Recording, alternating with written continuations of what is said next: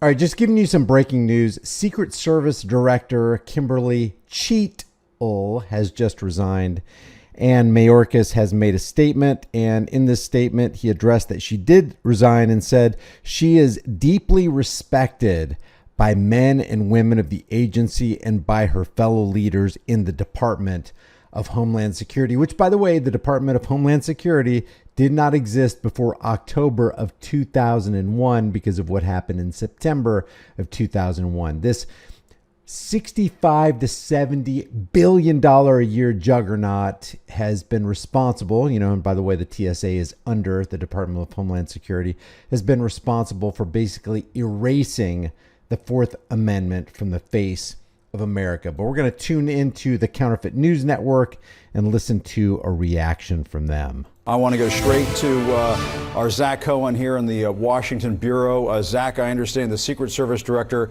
has resigned after that very contentious hearing and all of these questions about the agency's handling of the assassination attempt of Donald Trump and what they were doing before that assassination attempt. What can you tell us? But don't worry, Kimberly will be taken care of for the rest of her life off of the backs of the American tax cattle. Never worry.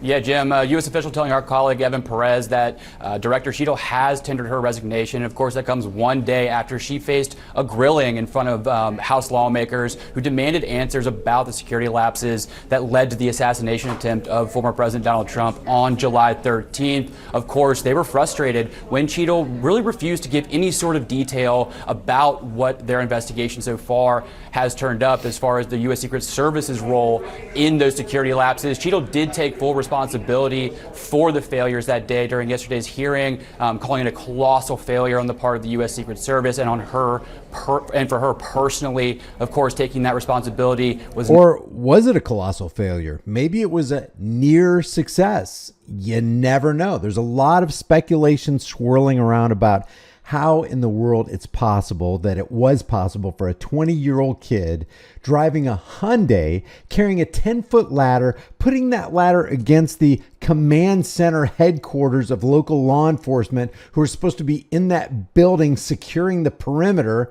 and then supposedly Secret Service agents on the second floor of the windows overlooking the stoop that Crooks supposedly got set up with. So he goes up this ladder with a rangefinder, with a firearm, and nobody had anything to say about it. I mean, you could look at it as a colossal failure or a near success, depending on who you are or how you're looking at it. Not enough to keep her in the job of director. She today facing a chorus of people calling on her to resign, ultimately tendering her resignation, according to a U.S. official. I would say if it was your job, it's your sole job. You got one job: protect the president, protect dignitaries. You're basically a security job. You're a security director for a security firm. If you fail to protect your client, you should no longer have a job. That's how the free market would work. But again, this isn't the free market, and she will be taken care of for the rest of her life. Her pension will not go away. If everything is above board and is as it appears or is as it's reported, then not only should she lose her job, she should probably see some jail time. Because it almost looks like, and some people are saying it looks like it was a plan.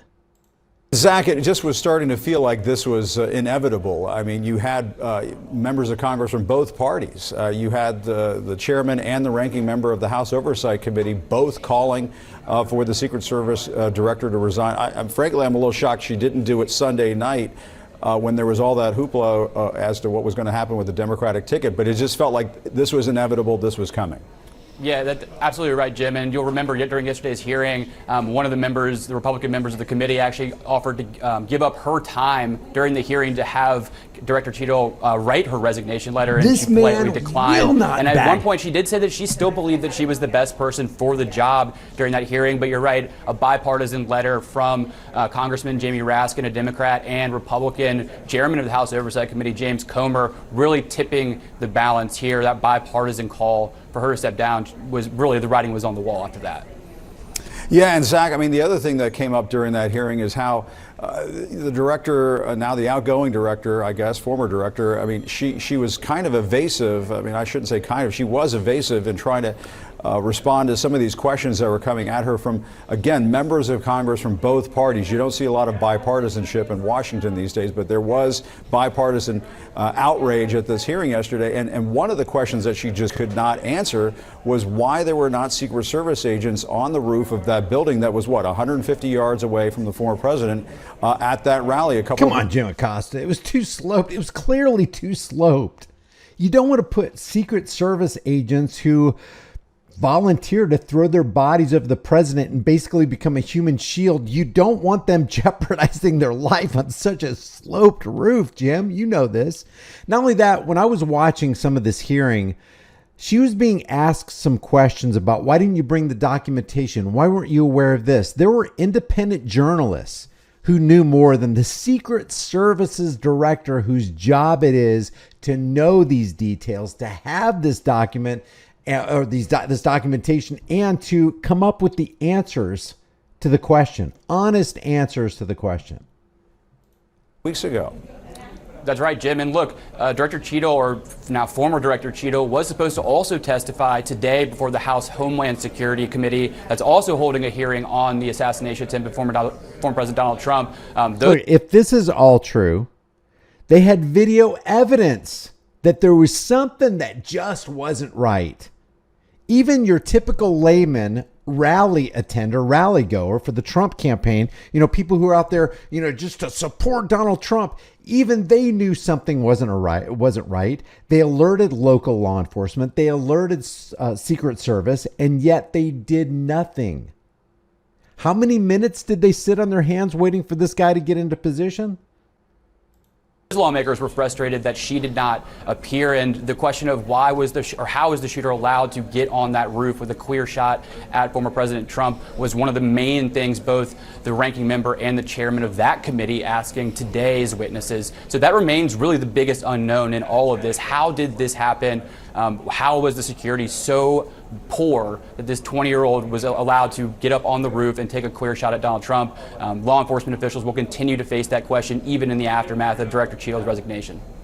Yeah, and just to recap for our viewers, if you're just tuning in right now, the Secret Service Director, Kimberly Cheatle, has tendered her resignation amid Kimberly Cheatle, Thomas Crook, Donald Trump.